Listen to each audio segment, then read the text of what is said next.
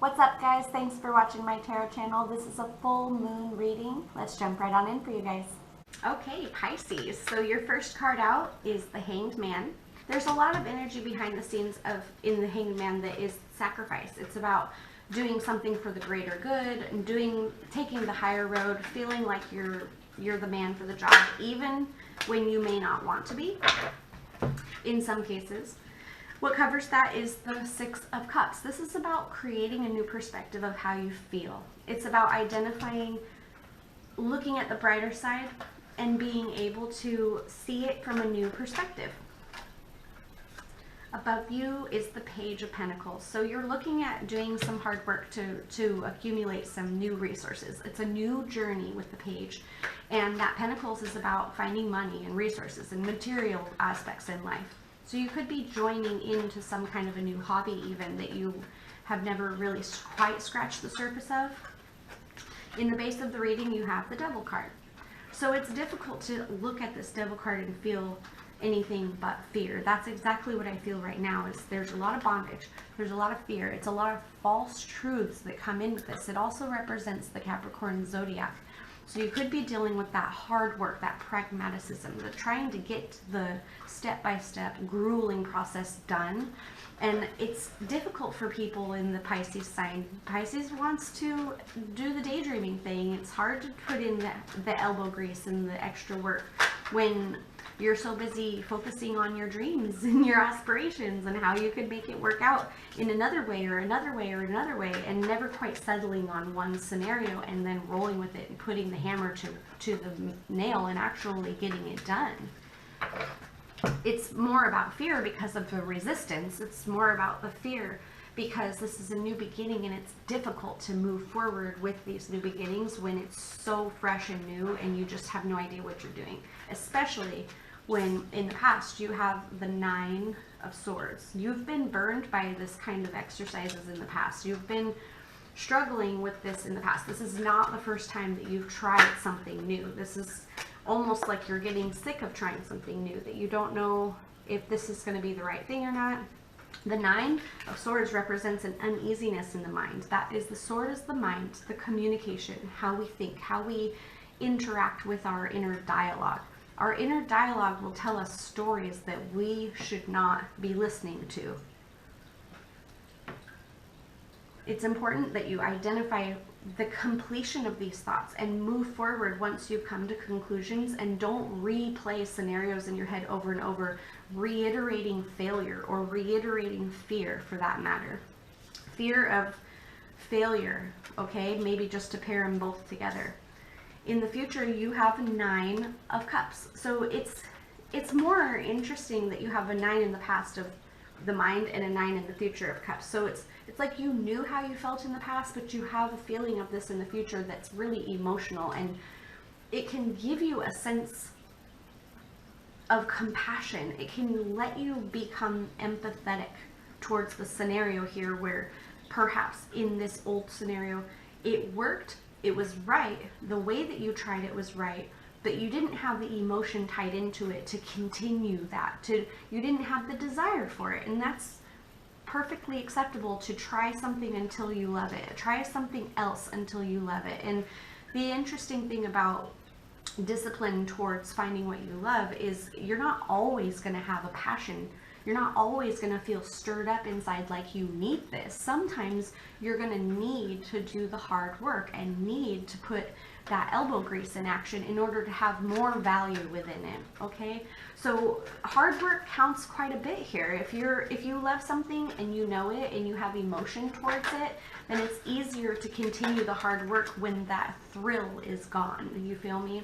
So if you can get yourself to eliminate the inner dialogue about the fear, about the failure, about the past, then you'll be able to move forward with this energy of success. And honestly, you'll have more fruitful outcomes anyways, because you'll be drawing towards what makes you whole and what makes you happy and what satisfies you.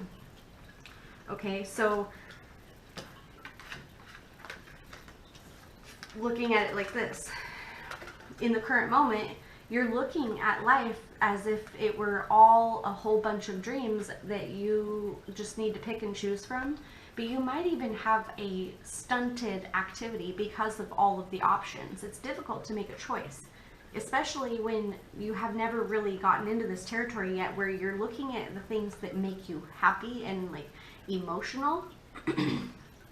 In the past, it's always been about what's logical and what makes sense and what will bring in, you know, success, specifically money. And that's not necessary to what will bring you your success. What will bring you your success is following your emotional currents of desire. Emotional currents of desire are not going to be so fickle if you understand what you're looking at. They're not. People always think that emotions are so fickle. It's really important to understand your emotions. That's why it's so important to understand, because they're not so fickle as we perceive. They actually transmute into something separate. So you can one day feel fear about what you love, and that's why you decide to stop doing it, because you're now afraid of it. So identify that. You might have fear within that perspective, and it is in that perspective that you're going to have to identify where the sacrifice is required in order to get that dream to culminate. Because it is a sacrifice. You're going to have to sacrifice a great deal of courage. You're going to have to be courageous in order to achieve what it is that satisfies your soul. Soul work is not for the faint of heart. It really is not. When you're following your heart, it's brave work to be done, okay? So remembering that when we're going through, because in the moment to act here, you have quite a bit of conflict. You have a struggle, inner struggle on that spiritual side with the wands, with the 5 of Wands. So there's a big change coming to you here. Pisces, if you don't have the ability to make a change and to create shifts in a space, don't do it. If there's no room to shift and create a challenge, if there's no room to allow yourself freedom, don't try to wriggle free, because these are just small little creative blocks that we build up for ourselves, that we end up creating more energy out of something that is nothing. So understand that if there's a moment to act, it's because you find yourself a little space of freedom. You find yourself an ability to take a little bit of time alone. You're not looking for somebody to convince. You're not looking for somebody to discover this with you, because all that is going to do by drawing in other people into this soul searching, all that's going to do is cause conflict.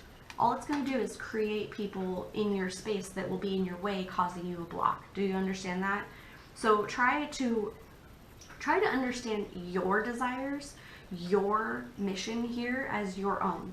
Try not to be responsible for other people here, because that's where the block is going to come from. It's almost like you want to use other people as a distraction in order to not let things go that you're trying to let go. This is a lot of individual work for you. You're wanting to let go of the past and let go of how you perceive the future. You just want to be in a state of surrender here, because there's a lot going on, and it has a lot to do with your own dreams and your own ambitions. And let's be honest, people step all over our dreams when they're young and small and fragile. So don't share them yet.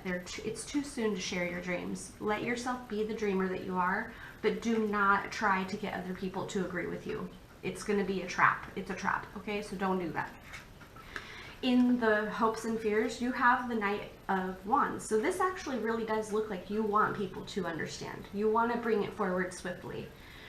The hopes and fears too, though, understanding that it's not only about what you hope for, but it's what you have fear of. So you can manifest this. You can manifest coming in hot.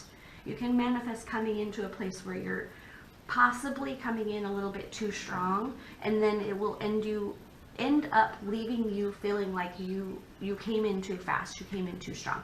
But this is important for you to take action swiftly for yourself, not for other people. So remember that when you're looking into these abilities to let go of the fear in this new beginning. So as you embark on this new beginning, you start to experience the fear. Keep moving swiftly through that. Do not share it with other people, though.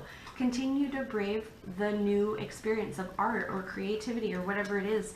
Make something. Just start a 1-minute timer and then do it. Just start doing it. And that 1 minute will turn into 10 minutes. 10 minutes turns into 5 years. I'm telling you, you can do this. In your creation prediction, you have the Emperor card. You will be creating something seriously big here. And it's only in this releasing that you'll be able to do it. So as you go through the past and you unleash and unlock and release and let go of every little bit of you that feels bound up in your mental side, the stuff that you haven't got to communicate yet, the stuff that keeps you up at night, all of these little feelings that you used to feel, all the failures, all the expectations, all of this, letting it go. Do your own little healing with that before you go to bed even. Don't even go to bed with that in your heart, in your head. In the future, too, you're going to have a lot of emotions that boil up from this. You're just going to have to continue to let these feelings go. Allow them to move forward so that you can grip them, so that you can feel and actually make them tangible. There's